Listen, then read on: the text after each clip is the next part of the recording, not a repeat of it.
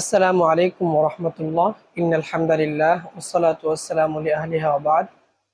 সম্মানিত দর্শক শ্রোতা মণ্ডলী, আমরা এখন মিশরের স্বাধীনতার ইতিহাস নিয়ে আলোচনা করব ইনশাআল্লাহ। পৃথিবীর বুকে প্রাচীন যত সভ্যতা আছে তার মধ্যে মিশরীয় সভ্যতা অন্যতম। মিশর প্রাচীনকাল থেকে পৃথিবীর অন্যতম গুরুত্বপূর্ণ জনপদ হিসাবে স্বীকৃত এবং মানুষদের নিকট সবথেকে আকর্ষণীয় ছিল। ইসলামের আগমনের পর 641 খ্রিস্টাব্দের দিকে সর্বপ্রথম মিশরে ইসলামের আগমন ঘটে। সেখানে ইসলামের আগমন হলে মিশরীয়রা দলে দলে ইসলাম গ্রহণ করে এবং তারপর সময় থেকে মিশরে ইসলামী খেলাফত প্রতিষ্ঠিত হয়। উমাইয়া, আব্বাসি, মামলুকি, বাইজেন্টাইন বিভিন্ন সাম্রাজ্য এবং খেলাফত দ্বারা মিশর সবথেকে গুরুত্বপূর্ণ ভূমি হিসেবে স্বীকৃত ছিল।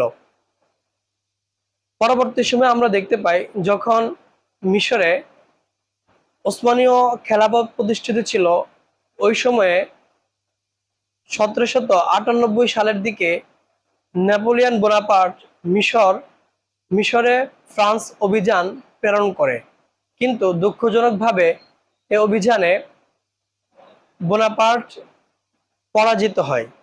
যদিও তিনি মিশর দখল করে প্রথমত মিশরকে আকৃষ্ট করার জন্য বিভিন্ন রকম চমকপ্রদ মূলনীতির অবতারণা করেন। তিনি সেখানে শিক্ষা, সমতা, যোগ্যতা এবং ইসলামের প্রতি সহমর্মিতার ভিত্তিতে মানুষদেরকে প্রাধান্য দেওয়া শুরু করেন। সাথে সাথে মুসলিমদেরকে আকৃষ্ট করার জন্য সেখানে পোপতন্ত্রীয় সকল রকম কার্যাবলী নিষিদ্ধ ঘোষণা করেন। তদুপরি আমরা দেখতে পাই তুর্কি, ব্রিটেন এবং অন্যান্য শক্তির সমন্বয়ে 1801 সালের দিকে মিশরে ফ্রান্সের পরাজয় ঘটে এবং তারপর 1805 থেকে 1849 সাল পর্যন্ত এই দীর্ঘ সময় মোহাম্মদ আলীর নেতৃত্বে মিশর ওসমানীয় খেলাফতের অধীনে ছিল। মূলত মোহাম্মদ আলীর পরিবার ওই সময়টা থেকে পরবর্তী বিংশ শতাব্দীর মাঝামাঝি সময় পর্যন্ত রাজ পরিবার হিসেবে স্বীকৃতি ছিল এবং মিশরের ক্ষমতা দখল করেছিল।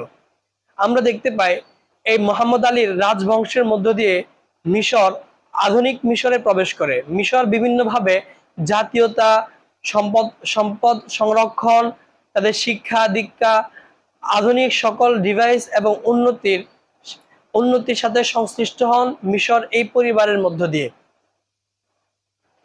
পরবর্তী সময়ে 1875 সালের দিকে ইসমাইল নামক এক নেতা সে দেখলো যে মিশর বিভিন্নভাবে ঋণে জর্জরিত। ইতিমধ্যে মিশরে সুয়েজ খাল খনন করা হয় এবং 1875 সালের দিকে সুয়েজ খালের 46% ব্রিটেনের কাছে বিক্রি করে দেওয়া হয়, কিন্তু মিশর এই ঋণ পরিশোধ করতে না পারায় 1878 সালের দিকে ব্রিটেন, ফ্রান্স এবং অন্যান্য সাম্রাজ্যবাদী শক্তির নিকট মিশর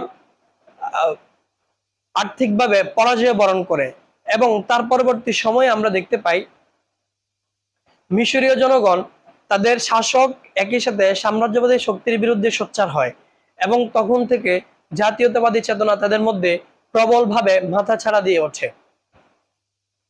এর মধ্যে আমরা দেখতে পাই জামাল উদ্দিন আফগানির জাতীয়তাবাদী প্রেরণা মিশরকে সব থেকে বেশি উদ্বুদ্ধ করে।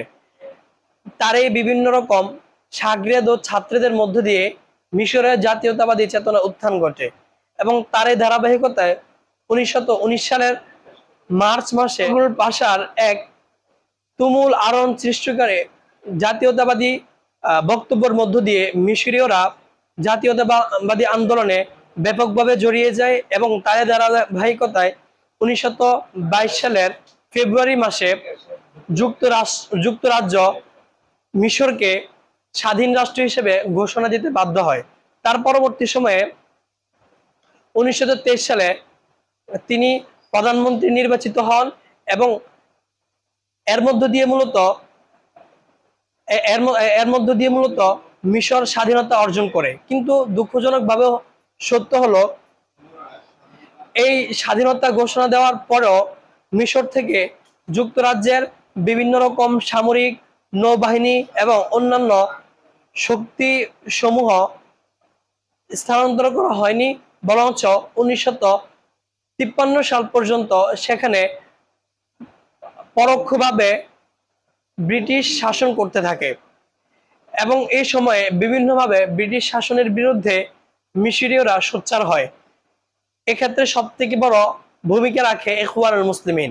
ইখওয়ানুল মুসলিমিন 1948 সালের দিকে ব্রিটিশ বিরোধী আন্দোলন তুমুল হলে ওই সময়ে মিশরের স্বরাষ্ট্রমন্ত্রী, মিশরের রাষ্ট্রপতি নিহত হয় এবং তার ধারাবাহিকতায় 1949 সালের ফেব্রুয়ারি মাসে ইখওয়ানুল মুসলিমিনের প্রতিষ্ঠাতা হাসানুল বান্নাকে শহীদ করা হয়।